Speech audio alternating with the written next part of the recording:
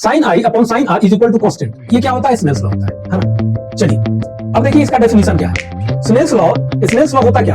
यहां पे आप देख करके डेफिनेशन बता सकते हैं। Sir it is the ratio of angle of sine of incidence to the angle of sine of refraction is constant. उसी को कहते हैं हम लोग स्नेल्स लॉ। ठीक, देखिए लिखा हुआ है। तो यहां पे आप क्या लिख लेंगे? Sine i upon sine r is equal to क्या है? ये sine i is equal to constant into sine r. ये कहना गलत तो नहीं होगा, है ना? क्या किए हम? साइन आई को यहां रखे, साइन आर को वहां भेज दिए। तो कांस्टेंट टर्म क्या होने वाला? हमेशा कांस्टेंट रहेगा। जो भी बदलेगा, एंगल ऑफ इंसिडेंस बदलेगा, एंगल ऑफ रिफ्रैक्शन बदलेगा। देखिए वो पॉइंट तो क्या हो जाएगा? देखिए तो मान लीजिए यहाँ पे अगर साइन आर का एंगल ऑफ रिफ्रैक्शन का ये दिया है कि चलो 10 होता है, वैल्यू मान लेते हैं। इसका अगर रिफ्रैक्टिव इंडेक्स दिया है यानी कि कांस्टेंट दिया है, इसका n2 अपॉन n1 है। कांस्टेंट टर्म क्या होता है? n2 upon n1। देखिए ये क्या होता है? कांस्टेंट टर्म होगा n2 अपॉन n1 क्योंकि वो फिक्स्ड है रिफ्रैक्टिव इंडेक्स, है ना? तो अगर कांस्टेंट टर्म मान लीजिए कि ये दोनों n2 अपॉन n1 का वैल्यू जो है वो 2.5 दे दिया, 2 दे दिया मान लीजिए 2। तो आपसे पूछा जाए कि angle of sine of incidence क्या होगा? आप कहोगे sir sine of angle of incidence is equal to constant into sine r होता है। कांस्टेंट मतलब क्या होता है?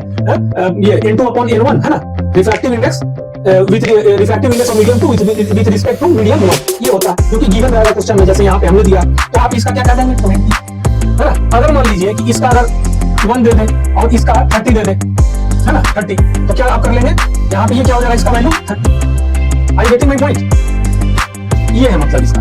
वो इस तरह से होता है। और मान लीजिए कि ऐसा डायग्राम हो, ऐसा हो और ये ऐसे आया यहाँ से और ये ऐसे, ठीक समझिएगा थोड़ा सा है। ये अगर मान लीजिए कि आपका दे दे यहाँ पे 30 दे दे, यहाँ पे 20 दे दे और ये n2 है और ये n1 है, ऐसा कुछ n1 का जो है रिफ्रैक्टिव इंडेक्स ऑफ मीडियम 1 का वो मान लीजिए कि आपको 2.5 दे देता है ना?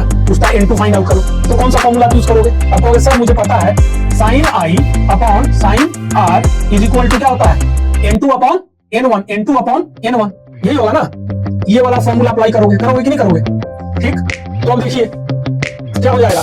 Sign i upon sine r, देखिए दिया हुआ है ना? तो साइन 30 ये लिख दोगे, ये साइन 20 इस तरह से लिख दोगे आप, इज इक्वल टू n2 दिया है तो कहोगे नहीं सर n1 दिया है, तो n1 n2 अपॉन n1, तो n2 यहाँ हो जाएगा और n1 देगा तो 2.5 इस तरह से।